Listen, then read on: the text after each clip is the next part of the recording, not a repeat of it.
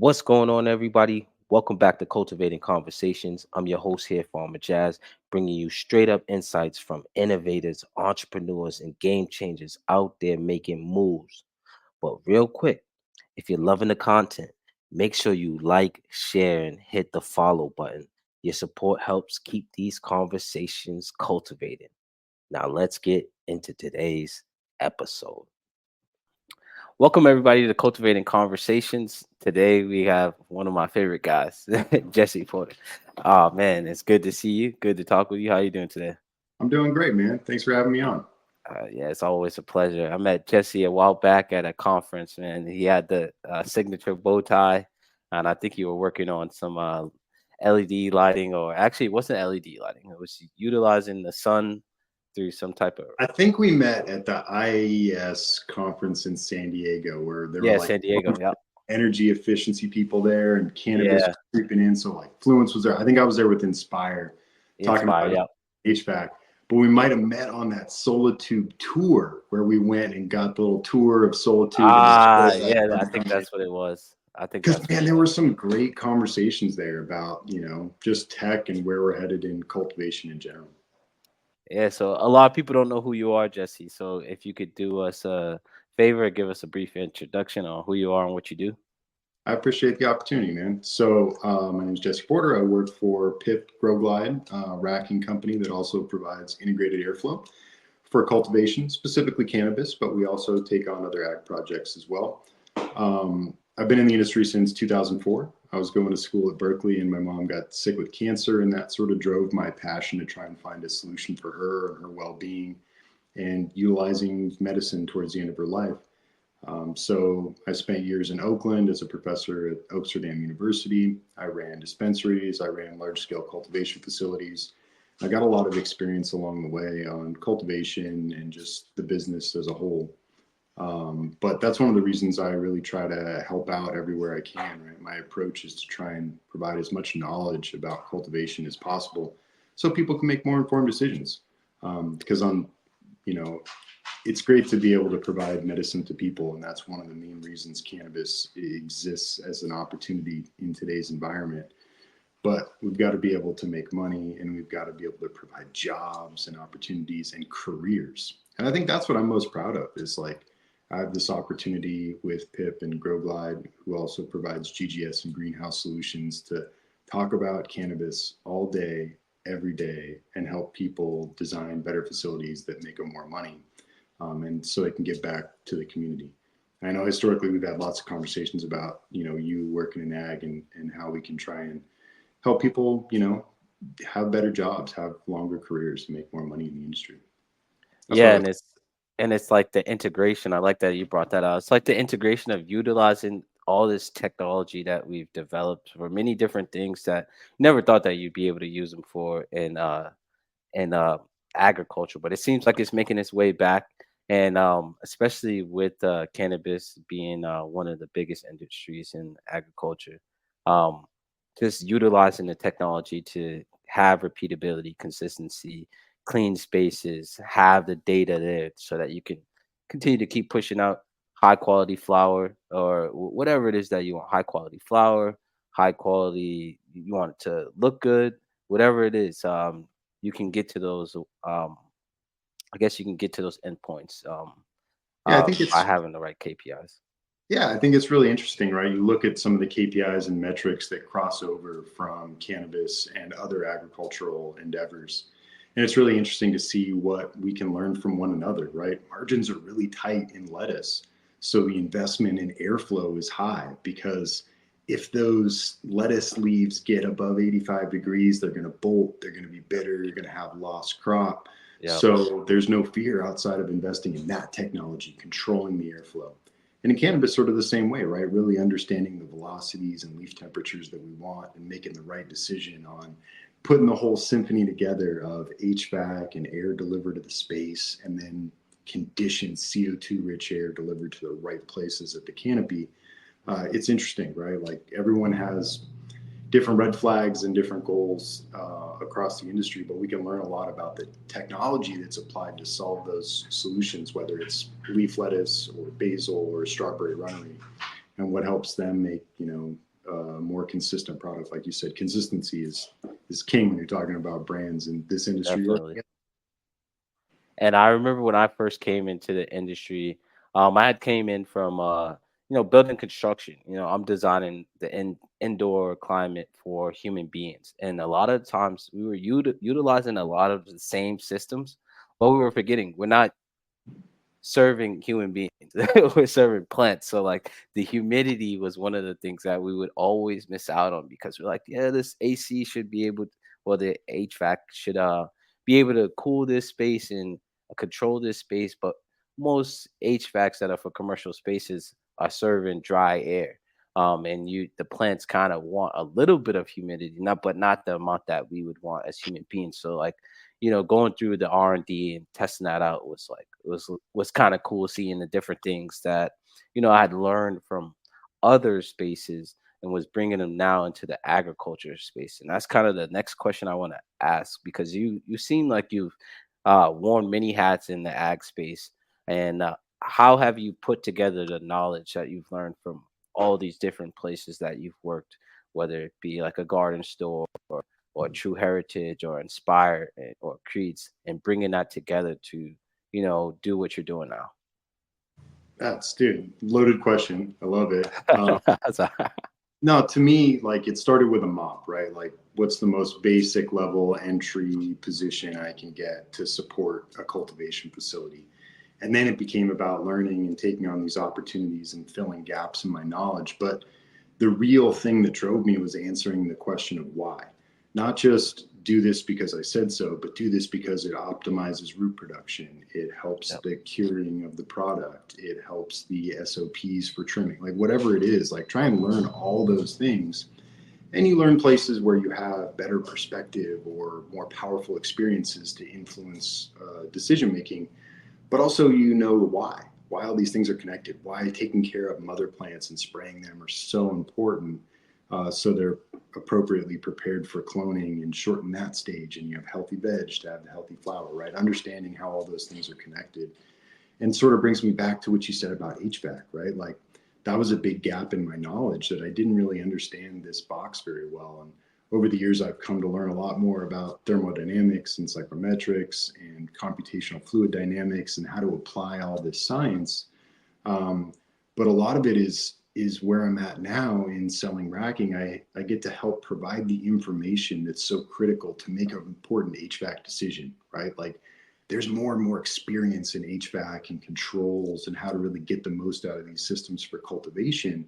But the inputs are important, right? So Yeah. from a racking perspective, I have a room and I design the racks in there. We lay out single tier, two tier, three tier veg, airflow, whatever it is. Now we know how many lights we need. Now we know the total canopy per room. And with that information, we can feed that to a really qualified engineer to help us make a HVAC decision that's appropriately sized. So for me, providing an HVAC solution that was purpose built for cannabis taught me a lot about making sure that there were accurate inputs with total canopy numbers and fertigation schedules and things like that. So that's why I'm where I'm at now, is really exploring different opportunities in rooms that allow us to, like I said before, sort of put the symphony together, make sure we get the right lights with the right tier spacing, with the right total canopy, and be able to serve that room so they're viable. Instead of putting out fires every day, you're Yeah. figuring out, you know.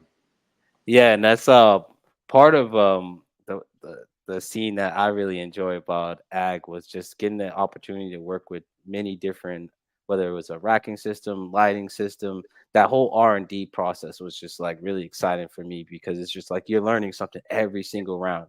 Your plants might not be like how you want them to be every single time, but you're learning one thing that you can like go and tune that and now start it over with the fine-tuned system, then run it again, and eventually you get to a nice finished product, and then you like to keep testing that to make sure that you have the repeatability.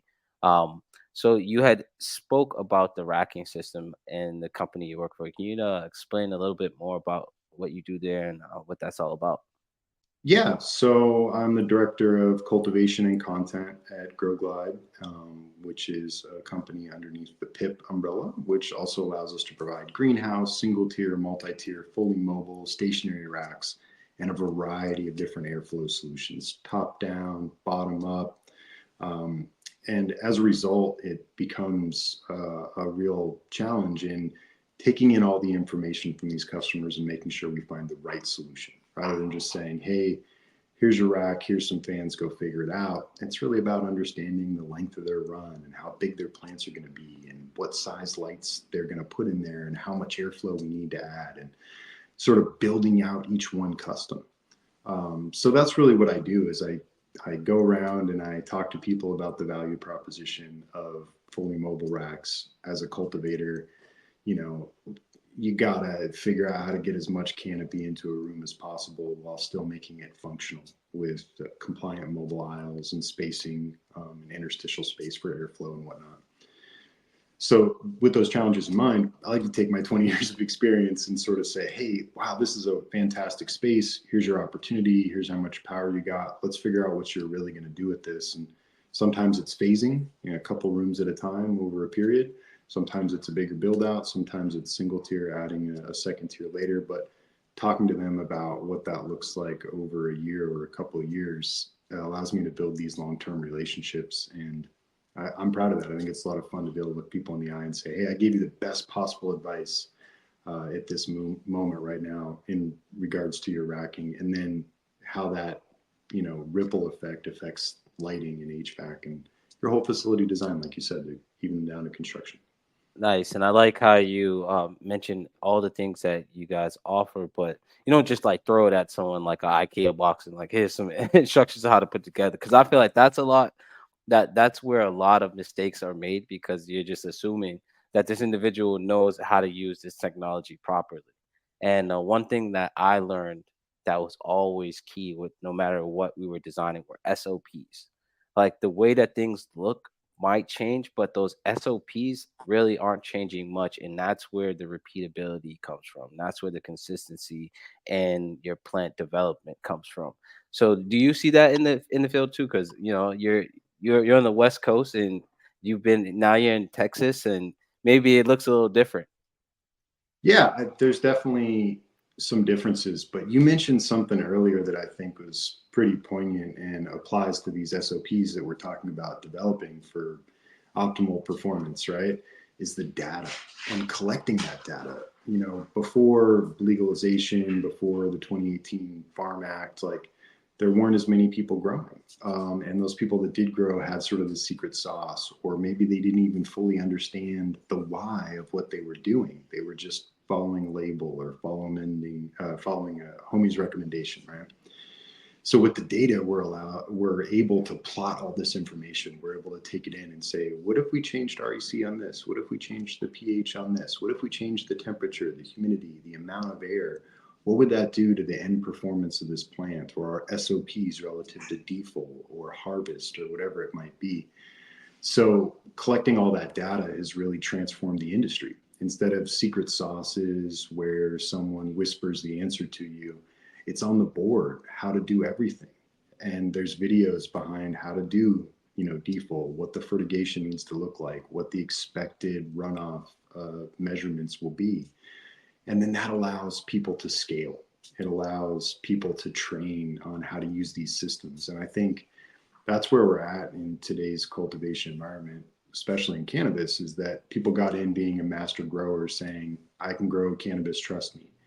And now it is people that are, directors of agriculture, that their main job is making sure the HVAC's running right, that the right velocities are coming out of the fans and the tubes, that we're meeting the cycle times on, load in and cloning and whatnot. So they have to look at the SOPs, measure the SOPs, and then change them when appropriate, right? Yeah. This one's got to be a little different because X, Y, and Z. We're adapting to this. We're adopting this new thing, and that's how they stay nimble. But the data is critical for SOP creation and augmentation, and it's critical for careers, right? Like, how do you have a career in the cultivation industry if you don't know how to execute these SOPs and learn different SOPs? So that's part of it. It's a huge part of it.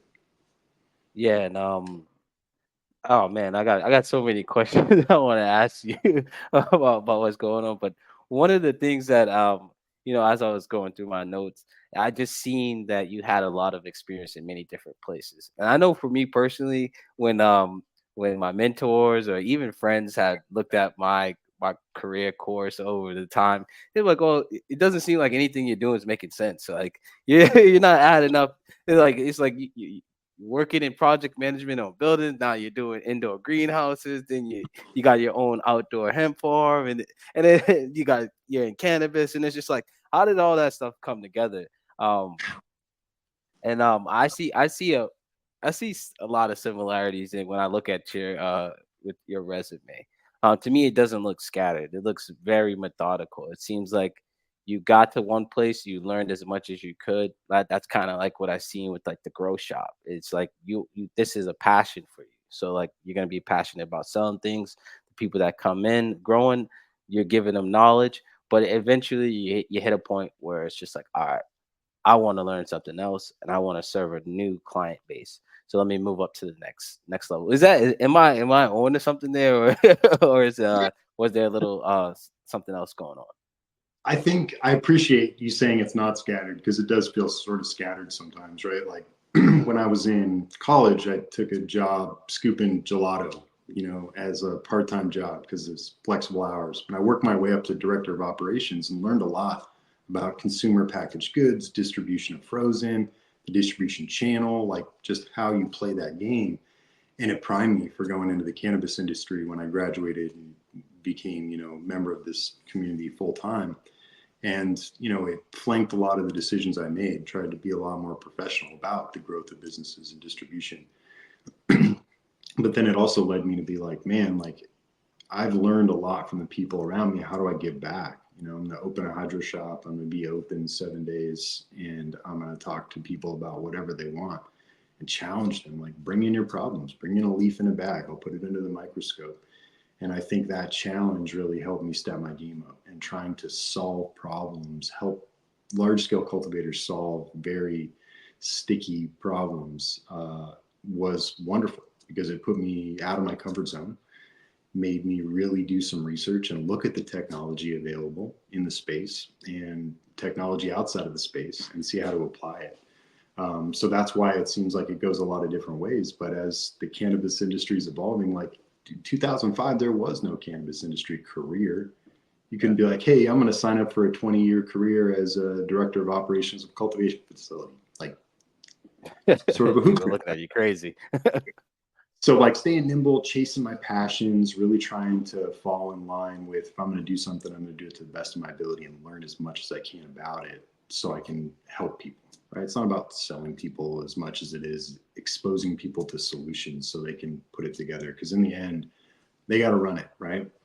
And those different experiences that I've had over my career have taught me a lot about how to run it, like seed company, clone company, large scale flower.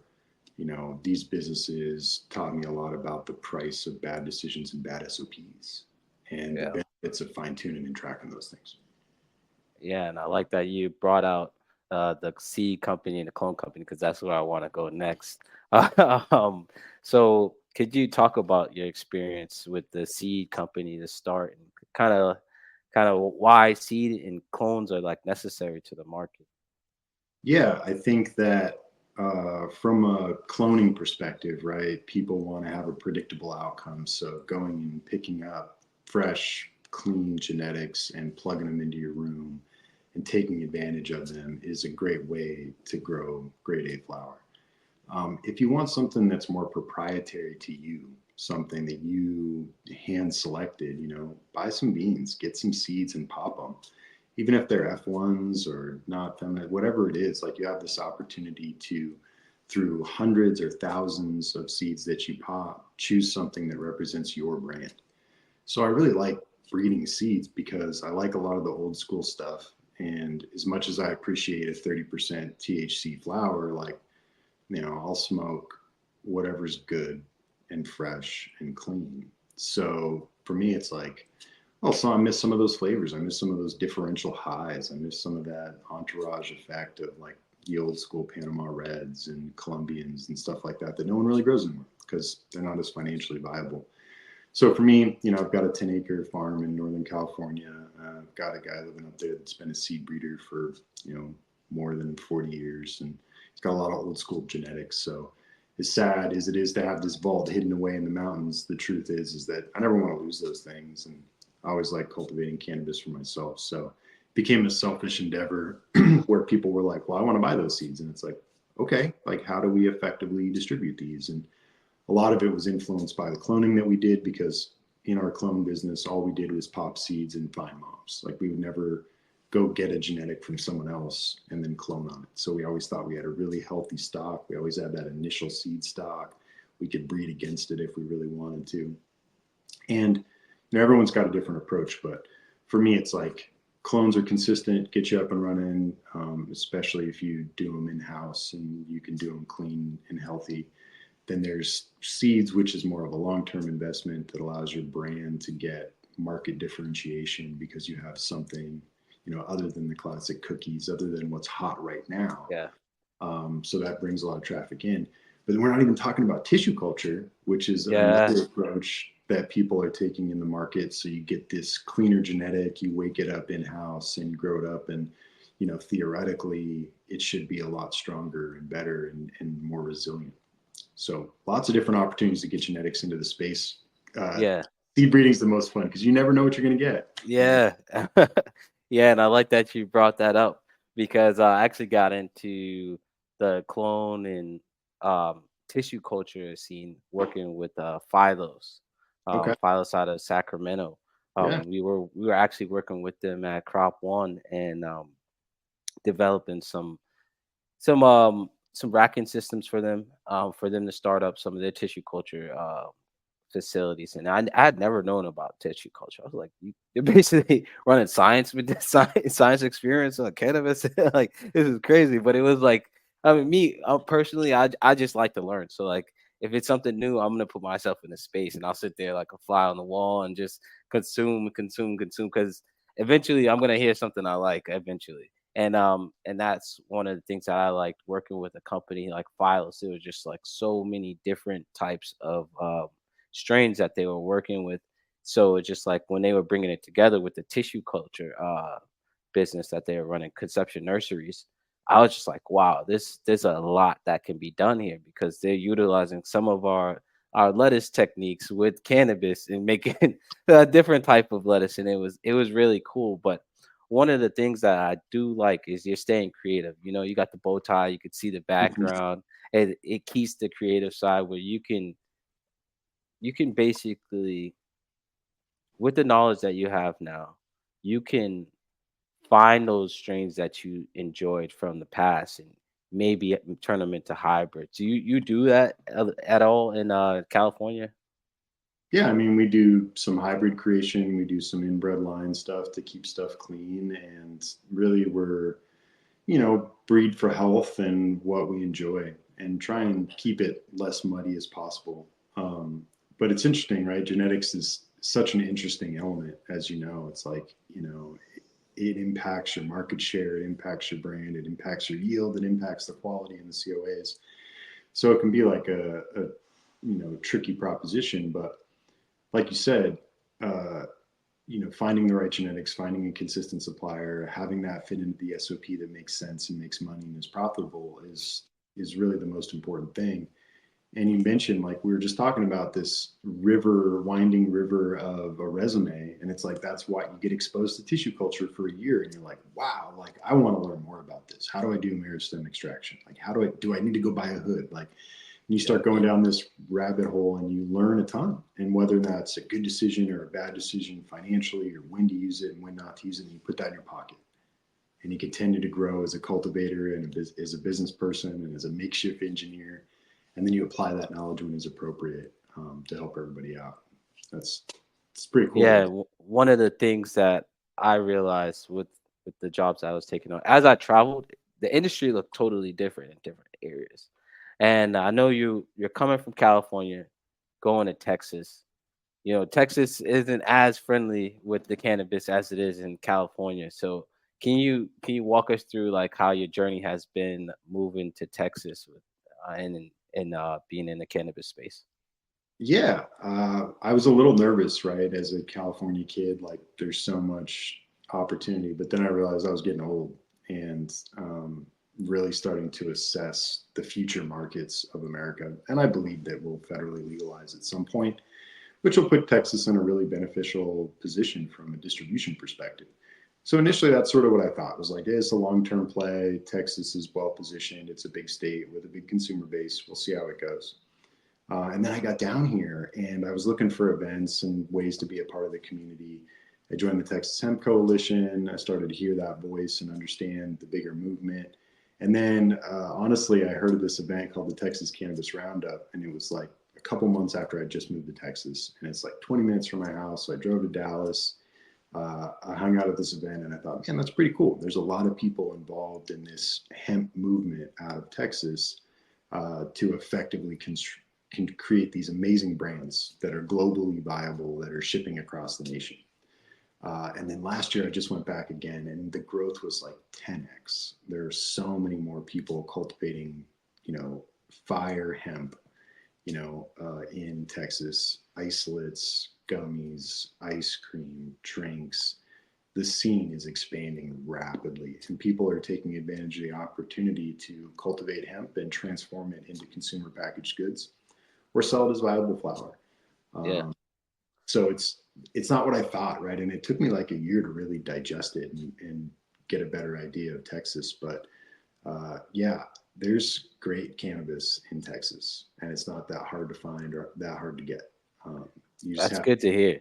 That's good to hear because that's kind of it's much similar to like my journey. Like most of my learning had came from being in California when it came to cannabis and working in California. And then as things opened up on the East Coast, it kind of seemed like it was just a copy and paste of California. So I was just like, and the people are meeting, they were like, "Oh, I'm from California." I'm from California. I was like, "Oh, Colorado or Oregon." And I was just like, "Oh, so it's basically the West Coast." But then I got the opportunity to work with a hemp company, and we actually started a farm in Iowa. And going to Iowa and working with hemp to start was kind of like my way to test out the cannabis industry. And what I started to realize, well, for me personally, is that I feel like the hemp scene is really underrated because I grew for what was it, hemp hearts, which is like basically a protein supplement. But it tastes really good. I've never had hemp hearts before then, but it was just like, what can I grow where I'm not as focused on the flower, I'm just focused on the seed. Like as long as I can grow this plant to its full maturity, I know I can get some seeds out of it. So like I started with something easy. And what was easy was really in abundance. I was just like, wow, I got a bunch of seeds. We rolled out a whole line of the hemp parts and was selling it in New York, and it was really a big success. But in the selling of the hemp parts, I started to see the whole market of hemp. I've seen the tinctures, I've seen the gummies, I've seen the Delta 8 starting to come up. I've seen the flour, um, topicals.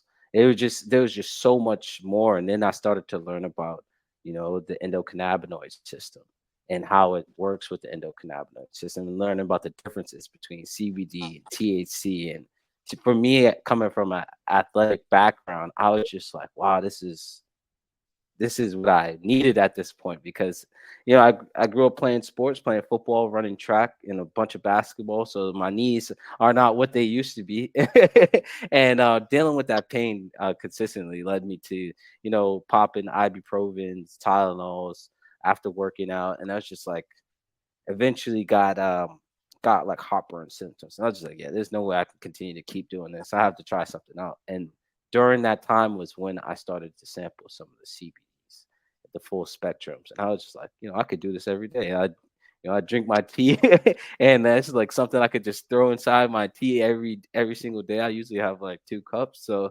and that helps with my inflammation. And then during that, I learned about so many other things that people are using CBD for. And this is before we're not even talking about any THC at this moment. And I'm sure. just like, these are all the products.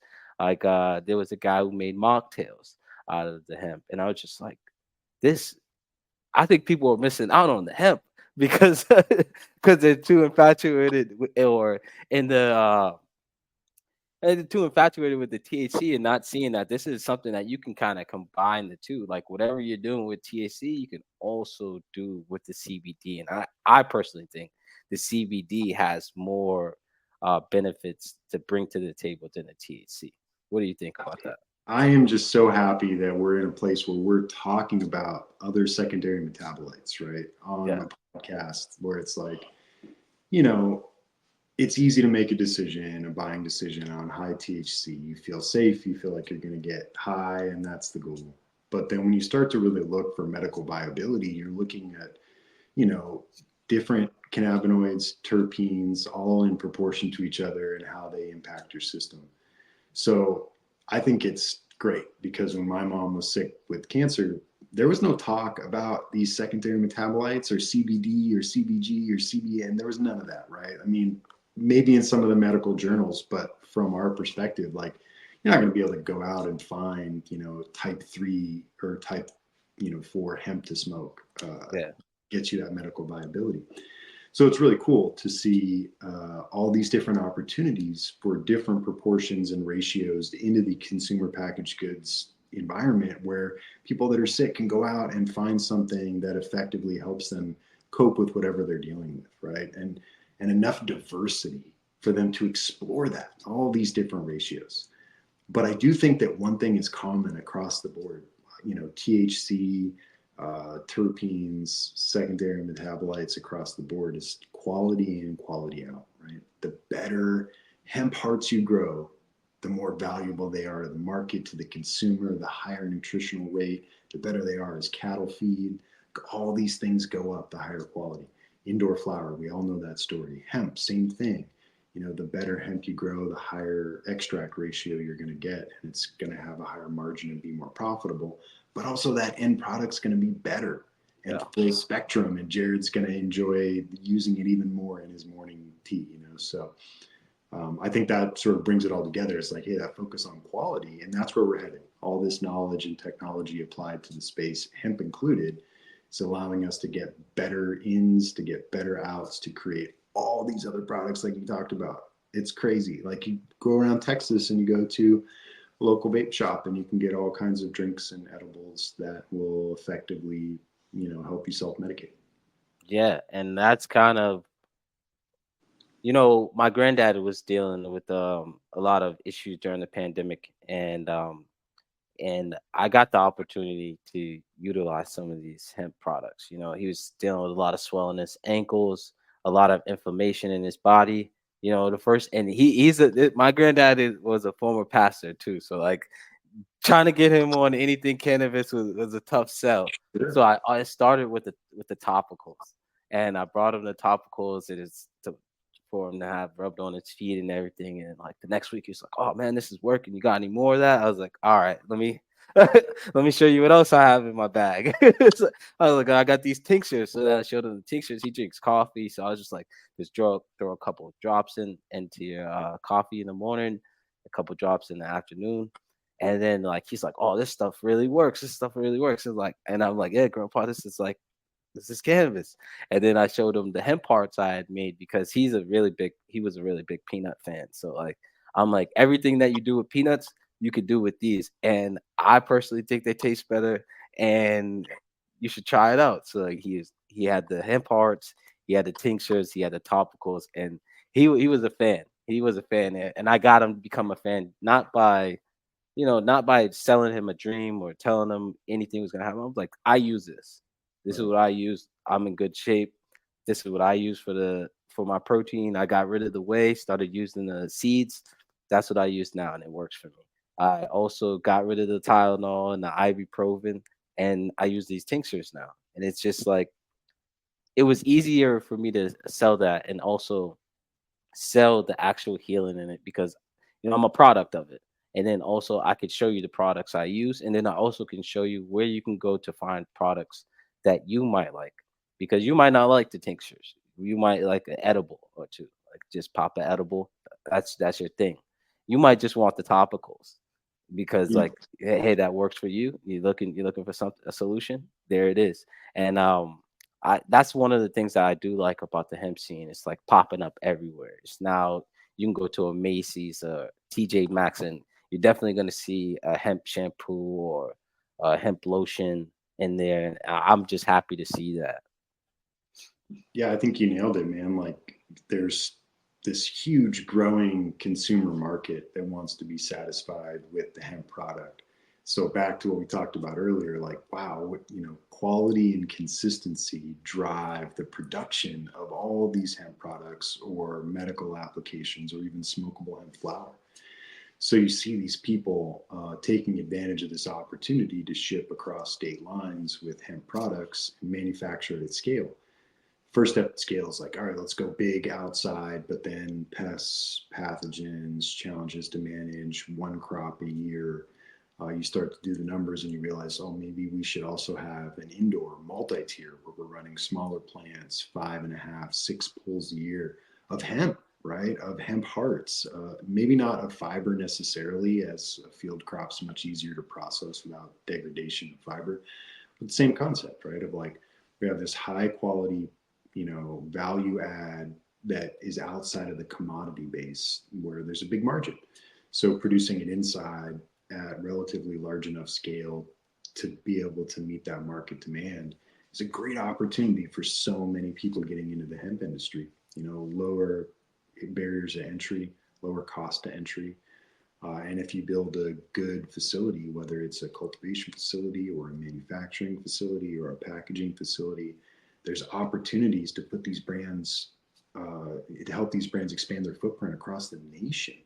So now instead of just like thinking, oh, I'm going to make gummies in Texas and people in San Antonio are going to love them, it's like, well, all of Texas and all of every other state, Oklahoma, Arkansas, Kentucky, they can all carry them. Like you said, you go into these different stores and see all these different products, which is exactly why there's this opportunity of like, ooh, we need to manufacture more hemp. We need to cultivate more hemp as a nation, indoor, outdoor, all of these things. They're going to help our planet, but they're also going to create jobs and Yes. help people medicate. Definitely. I think that there's so many jobs to be created in the space because even with my outdoor farm that we had in Iowa, like we left a lot of the fibers on the ground to rot and just add more nitrogen back into the soil and such. But we missed out on the opportunity to help out like some of these guys that are out here. Like I know I had one guy I interviewed recently, Harry Hemp, where he's taken a lot of the hemp fibers and turning it into like a hemp lime and using that for construction. And there's so many benefits with that just alone. A lot of the things that we see as waste, and one person's waste is another person's gold. And even in the hemp space where you could be growing for a flower, or as I was growing for the seed, I'm just worried about basically the top part of the plant, but the whole plant itself can provide another product to someone else. And then that I think is the lane that can be filled in this industry. Is more collaboration, just as you're doing in Texas, finding individuals so that if you do have a grow, like you don't let anything go to waste because there's someone that'll come take that and make some use of it. Yeah, I think the common analogy is right, like the Native American tribes member utilizing the whole buffalo, right? Like every piece of that animal should go to some sort of use, and a use could be adding it back to the soil for recycling nutrients and lowering your fertigation investment over the course of years. But I think that's really what holds true for every commercial ag facility, whether it's cannabis or a strawberry runnery, right? Operational efficiency.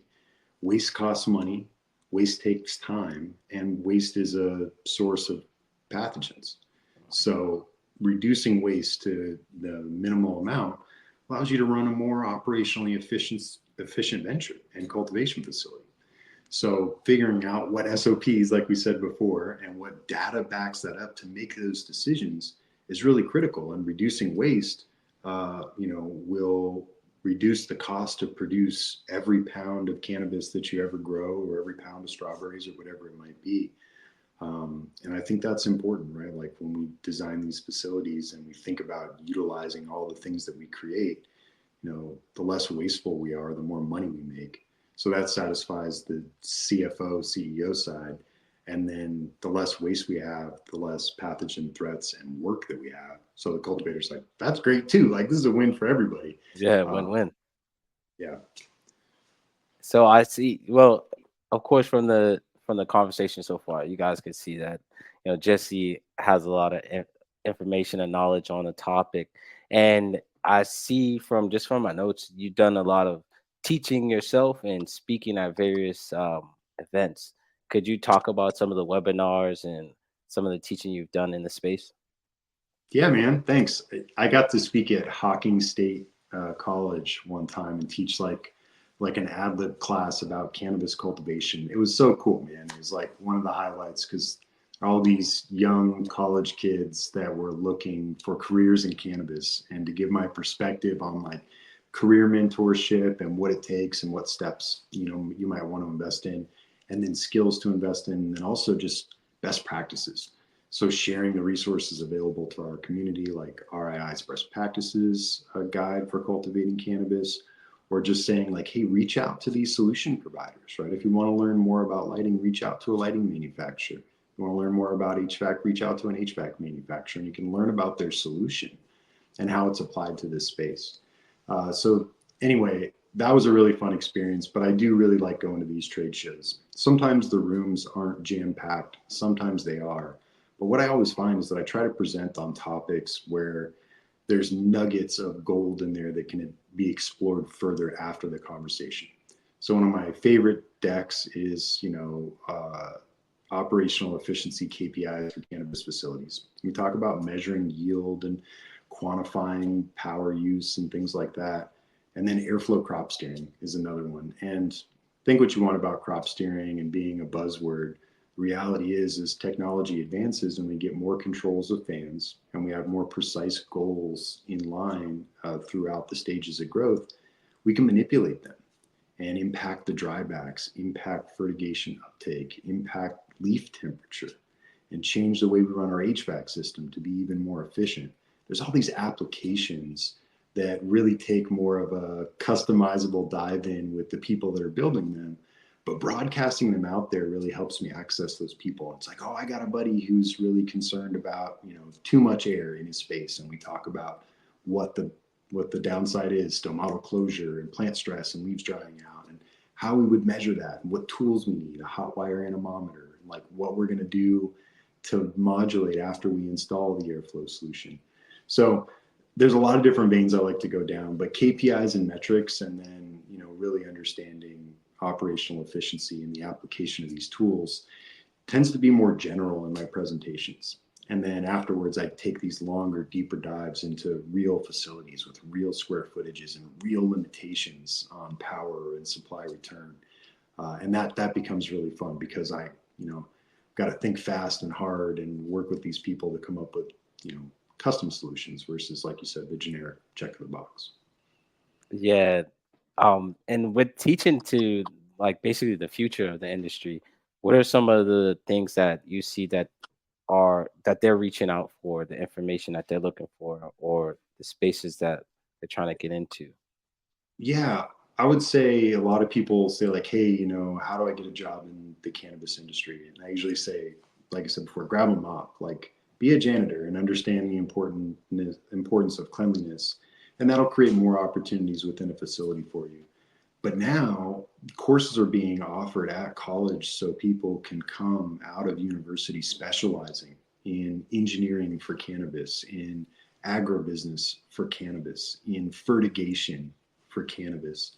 So it's great to see this younger generation come in and apply what they've learned in college. But I always stress like it is still a business, and just because you learn something in college doesn't always make it as viable in the business setting. Back to the data, right? So what I usually say is like, look at the data because we have changed how we cultivate so much, even in the past 10 years, even 5 years, right? That is someone coming into the industry, see where the trends are, see what kind of conditions people are running, see what kind of technology is being utilized successfully by businesses that are scaling. And then you'll start to see these bigger trends of like, oh, hey, this is a better way to design a facility, or this is a better way to run a team, or this is a better way to brand your cannabis. and that'll help you figure out where you fit in. But there's so Yeah, much to learn still, man. So much. I like how you brought in one, the data, and then the subtle pickup of mop. Cleanliness inside of a growing space is A1. Like if you don't have a clean place where you're growing, I'm just gonna assume that a lot of your crops is dirty. I haven't met many people that don't keep at least, if even if it's just a tent, that Sure. tent's gonna be one of the cleanest places ever, and they're gonna make sure you don't go inside that tent with any dirt, because they Right. know how you could just bring something in off of your clothes, off your hands, off out of your hair. They're very very aware of all the pests that can be brought in. And when you're using that mop and you're seeing the level of cleanliness that you need for that space, you're actually learning. You're learning about like the first step, which is a lot of that was it PP, and learning why you need that.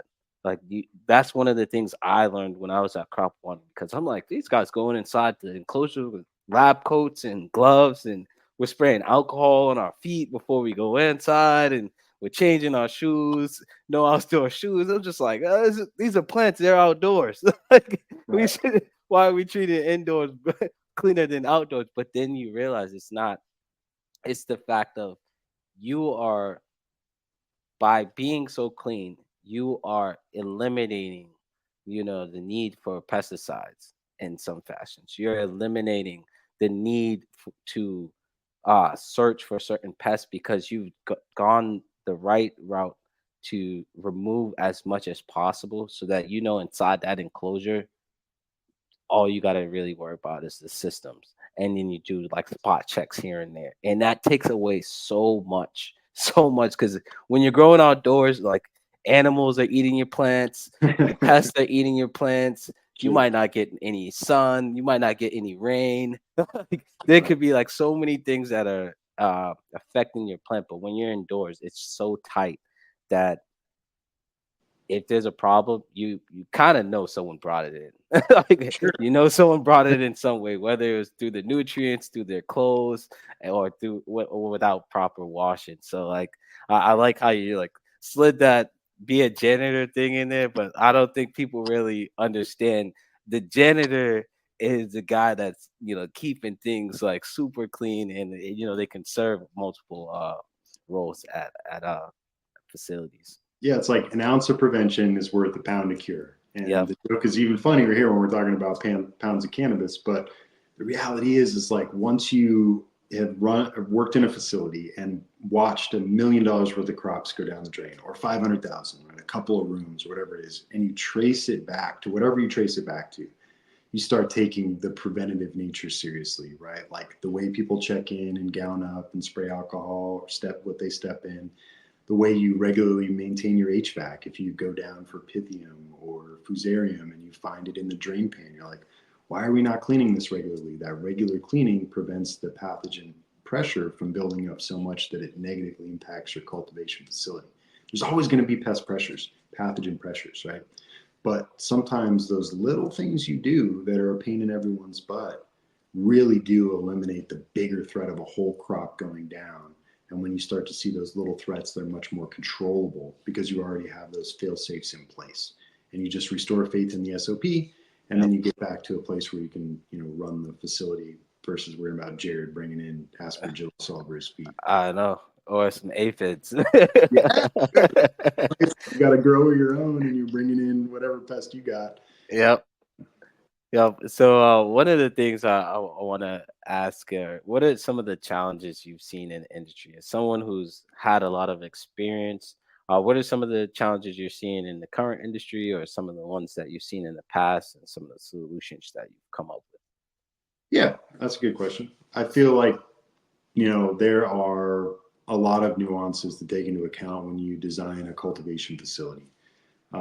So taking advantage of every dollar that you spend to make sure it's invested wisely is a real challenge because money is tight, especially in the cannabis industry, right? It's hard to borrow, it's hard to get money, it's hard to write stuff off. So you have to be really efficient with your financial investment and think about what it is long term. So for me, it's about understanding the goals of the customer, the goals of the cultivator, the goals of the friend. Like, what are you really trying to achieve? Is it an exit strategy? Is it an increase in yield? Is it building a facility that you can manage with the least amount of people for the next 15 years? All these different avenues exist, but it's important to make the right steps along the way to facilitate the success of each one of those endeavors. So really understanding what the goals are, right? What the phases are. We're going to do cultivation, we're going to do extraction, then we're going to do consumer packaged goods. And what does that look like? What machines and equipment do we need? How are we going to scale our staff? What does distribution of that look like? What are the KPIs for success that trigger the investment in those expanses? Or did we fall short?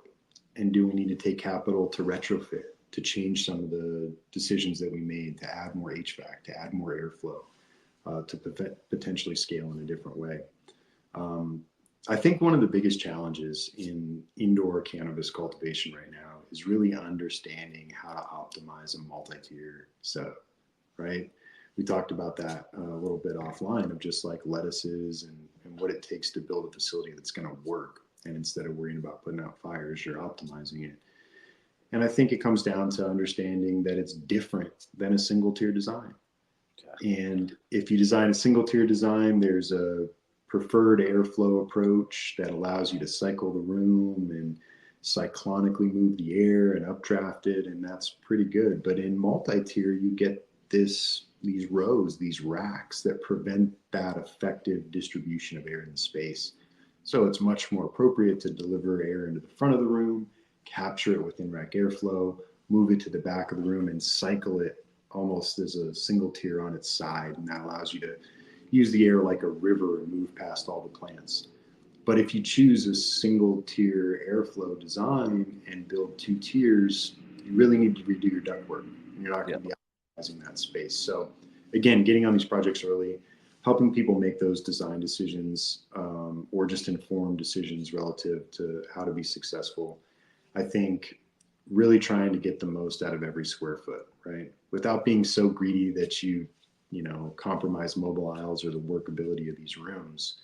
That's where we're at, trying to figure out how to make each room really viable and profitable long term. Whether you're going to run it, borrow against it for financial viability, have that asset build value as it matures in the space. All those have a lot to do with, design and what you need to reinvest to hit your numbers. Yeah, I like how you brought up how like single tier is much different from multi-tier.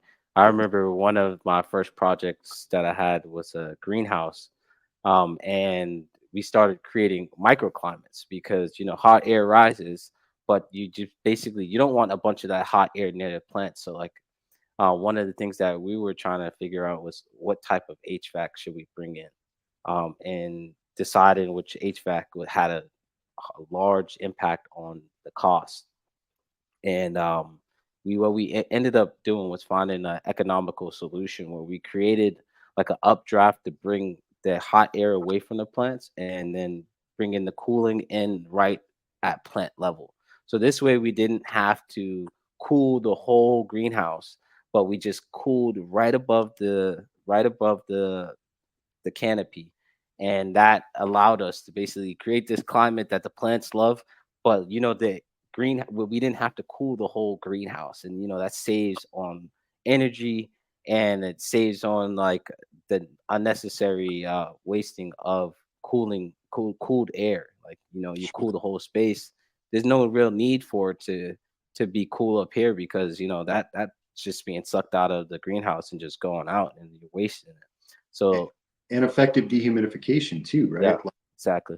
HVAC, I think, sort of stops at the room, right? You plumb it to the room, it delivers to the room, and then how do you grab that CO2 rich, conditioned air and deliver it to the plants? Yep. And that's that acute delivery that allows you to have pretty poor conditions just a few feet away, as long as you maintain those perfect conditions right next to the plant. And like you said, now you need technically less conditioning than you would for the whole cubic footage of the room, but instead you're focusing on creating a beneficial microclimate right around the plants and controlling it precisely. And then you're not quite so worried what happens 25 feet in the air or 6 feet to the right of where any plants are being cultivated. And again, that's just another aspect of crop steering and knowing your room and what you can and can't do and what you can and can't afford, Yeah. and figuring out how to measure it so you can effectively apply the tools you have to get the best with what you got. Yeah, and it's like developing like PVC pipes that are pumping that CO2 right at plant level, so you're not wasting any of it. It's just like there's so many components to the growing that if the more you know about the plant and its needs, the more you can design a better and a more economical solution. So that's one thing that I learned, and I like that you kind of brought it out with the two-tier system, because when you have two tiers, it's kind of, that top tier is kind of tough because that's where all the hot air is going to be. It's not Mhm. going to be as cool. You're going to have to. Airflow becomes so important. Yeah, that's very important. And a lot of people don't think about that when they're designing. They're just like, okay, well, we got HVAC in the room, the whole room's clean, but you don't realize you got all these pockets of microclimates that, that's probably the reason why the plants at the end are really not doing that good. It's just because there's a microclimate there, and if you could just work the air a little bit better over there, the plants would perform a little bit better. And that's what I really learned about CFD, right? Computational fluid dynamics and design and HVAC and airflow and smoke tests and all these things was like, man, some of the designs that I thought were going to perform really well, or historically I thought had performed well in the trap or in these grows, before I transitioned to fully commercial, weren't panning out. There were dead spots, there were eddies, and that's where the powdery mildew would always be. That's where the plant root rot would always be, because there were places that, while I thought all the air was moving in the right direction, by doing this with the CFD model, you got to see really where the air stopped and slowed. And that was a big component of our redesign at PIPP of VAS 2.0, and the design of AirGlide as well, is really understanding how the applications of fans and transitions and plenums all work together to effectively maintain acute airflow delivery up to 80 feet on multiple tiers in Yeah. crazy rooms. And a lot of that went into design. And then it was, of course, like, okay, now we're going to build it, we're going to apply it, we're going to go out in the field, we're going to measure it, we're going to make sure we're getting the results we expect, and now we can deploy it. And that becomes a tool that people can use. But with the wrong tool, it's really hard to build a house. That is true. That is very much true. So we talked about the industry for a bit. Let's talk about you. There's a lot of I'm sure you've encountered a lot of stress in growing, because sometimes the plants do their thing and you've done the best that you can, and the plants usually sometimes, but not usually, but sometimes, they don't perform the ways that you like, and it can be stressful sometimes. Or also dealing with individuals that have made high investments on their designs and not getting what they want. There could be a lot of stress in this industry. How do you balance your personal and professional life and keep that stress at bay, and keep your personal life good? That's a great question, man. I have two kids, and I prize my family above most things. So the reality is that I love showing them, this industry and my career. But the balance to me, when I was younger, before I was really committed to a family, it was do all the heavy lifting yourself, right? Learn everything you can, have the mop, but also be the guy behind the fertigation controls and the genetic sourcing and doing the cuttings and all these other things, which are great. But the scalability of that is limited. So finding balance to me was when I really started to appreciate other people in the industry and the skill sets that they had developed. It sounds a little silly, but every purpose built solution in the cannabis industry, every one of those manufacturers has at least one, if not a few people on their team that really understand cannabis application. So, say for example, I'm running a large scale cultivation facility and I have a lot of pressure to make 10, 15, whatever $1 million a year it is out of my, you know, 20 to 50,000 square foot facility. There's always something breaking, always something going wrong. So, my main priority is maintaining and managing the mechanical solutions and the team, making sure everyone feels respected and has opportunities to grow and takes on these challenges.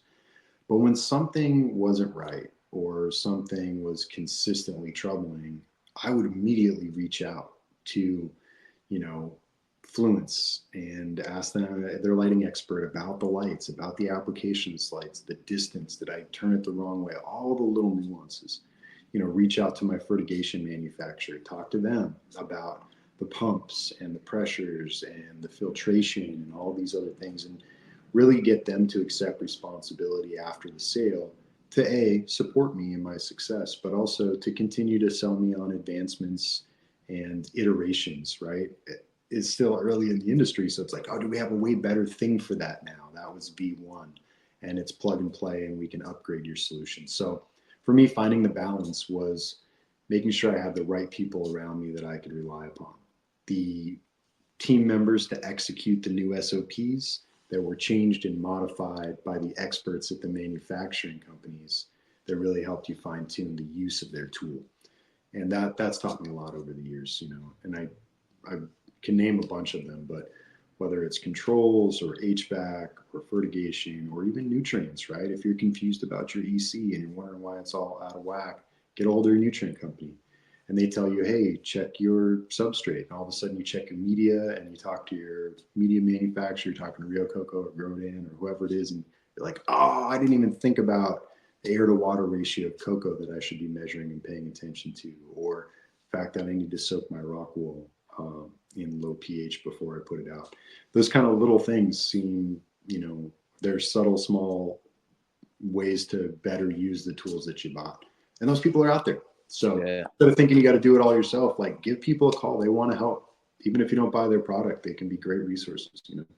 Yeah, that finding team is I always say teamwork makes the dream work, and it also like it helps you offload some of the issues. I always like to put myself around a bunch of uh intellectual and smart individuals that are experts at what they do. That's normally like how I've always liked to be on teams, whether it's been sports or in business. I like to be, okay, you're good at plumbing. I know I can rely on you for the plumbing work, and I can also rely on you to come and explain it to me, what I don't know. And you're good at the lighting. All right, you're the lighting guy. And I'm the handyman. I'm basically the GC behind everything, knowing how each person works, and I'm juggling everything and bringing it all together. So I definitely can. I'm aligned with what you said right there. A team definitely makes it a lot easier to move in the industry. So my next question is personal motivation. What keeps you motivated at work, especially with such a dynamic and evolving industry? Yeah, I would say that it is dynamic and evolving, and being able to see all these facility designs and help people scale and fix problems and design better facilities next time around is really fun. And it keeps me learning so I can continue to apply educated research and thought behind the evolution of facility design in this industry. And at the same time, right, I do think back to my mom and, being able to help people. And that's why I like giving away the knowledge for free, right? Like, that's not secret sauce to me. You can walk up to me on the street and we could talk for an hour about in-depth cannabis cultivation or VPD targets and how we would measure them and maintain them. Like, let's talk about it, because in the end, that person has to drive the car. So for me, after 20 years in the industry, it's really cool to watch people that already know how to drive really become race car drivers and optimize all the tools they have around them and the resources. So it's a big motivating factor, now that I'm getting older. It's about making sure that every facility that I touch in America is going to make more money tomorrow than it makes today, and know why, right? Not just turn this thing to 78 degrees. Instead, know how to manipulate your HVAC to make it more efficient, to impact leaf temperature, to use these tools and nuances to really continue to grow as well. And that knowledge base, I think, is really fun to contribute to. And again, when I tap into it, there's other people out there that have taught me a ton. So that keeps me motivated too, of like, oh, cool, Jim, you're going to be at this event. I got a question for you on duct sizing or jet throw diffusers or whatever. And you get loaded up and you get great answers. Yeah, it's definitely, I call that passing the baton. when you have people that you can teach, they definitely keep you motivated because it's just like, oh, you're the future. Like you might the way that you're looking at me now, I'm trying to make it so that you're that person in the future that someone else is looking up to, and you take whatever I can give you and make sure that you pass it on. That's what I always tell people. That's the way that you pay me back is by paying it forward and giving that information to somebody else. And it's a real challenge, right? Someone has new ideas, brilliant ideas, applications, something different than I'm talking about or recommending. And it's great because we can talk it through. And maybe I learned something and changed my way, or maybe they learned something and changed their way, or maybe we agree to disagree. But either way, there's more information on that topic out there in front of us right now. And that's the building block for, long-term success. Yeah, appreciate that share. So to wrap up all the podcasts, I always ask the guests to sow a seed of inspiration. Are there any words that you would like to leave with the guests and the people that not the guests, but the people who are watching and the viewers? Um, just something that may keep them inspired to get into the industry, or if they're in the industry, just a word of advice to those individuals. Yeah, I would say that, this industry, just like every industry, has its set of challenges. And trying to navigate good actors and bad actors can be a challenge, right?